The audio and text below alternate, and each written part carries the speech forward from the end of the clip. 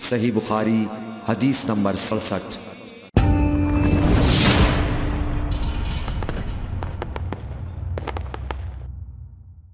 یا نبی سلام علیک، یا رسول سلام علیک، یا حبیب سلام علیک، صلوات اللہ۔ رسول اللہ صلی اللہ علیہ وسلم اپنے اونٹ پر بیٹھے ہوئے تھے اور ایک شخص نے اس کی نکیل تھام رکھی تھی۔ آپ صلی اللہ علیہ وسلم نے پوچھا، آج یہ کون سا دن ہے؟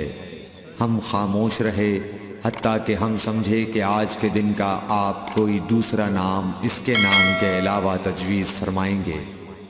پھر آپ صلی اللہ علیہ وسلم نے فرمایا، کیا آج قربانی کا دن نہیں ہے؟ ہم نے عرض کیا، بے شک۔ اس کے بعد آپ صلی اللہ علیہ وسلم نے فرمایا، یہ کون سا مہینہ ہے؟ ہم اس پر بھی خاموش رہے اور یہی سمجھے کہ اس مہینے کا بھی آپ اس کے نام کے علاوہ کوئی دوسرا نام تجویز فرمائیں گے۔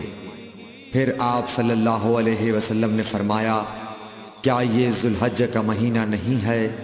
ہم نے عرض کیا، بے شک۔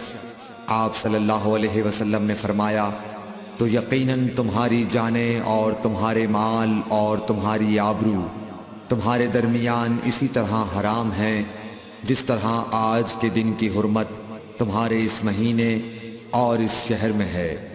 پس جو شخص حاضر ہے اسے چاہیے کہ غائب کو یہ بات پہنچا دے، کیونکہ ایسا ممکن ہے کہ جو شخص یہاں موجود ہے وہ ایسے شخص کو یہ خبر پہنچائے جو اس سے زیادہ یاد رکھنے والا ہو۔ صحیح بخاری حدیث نمبر 67۔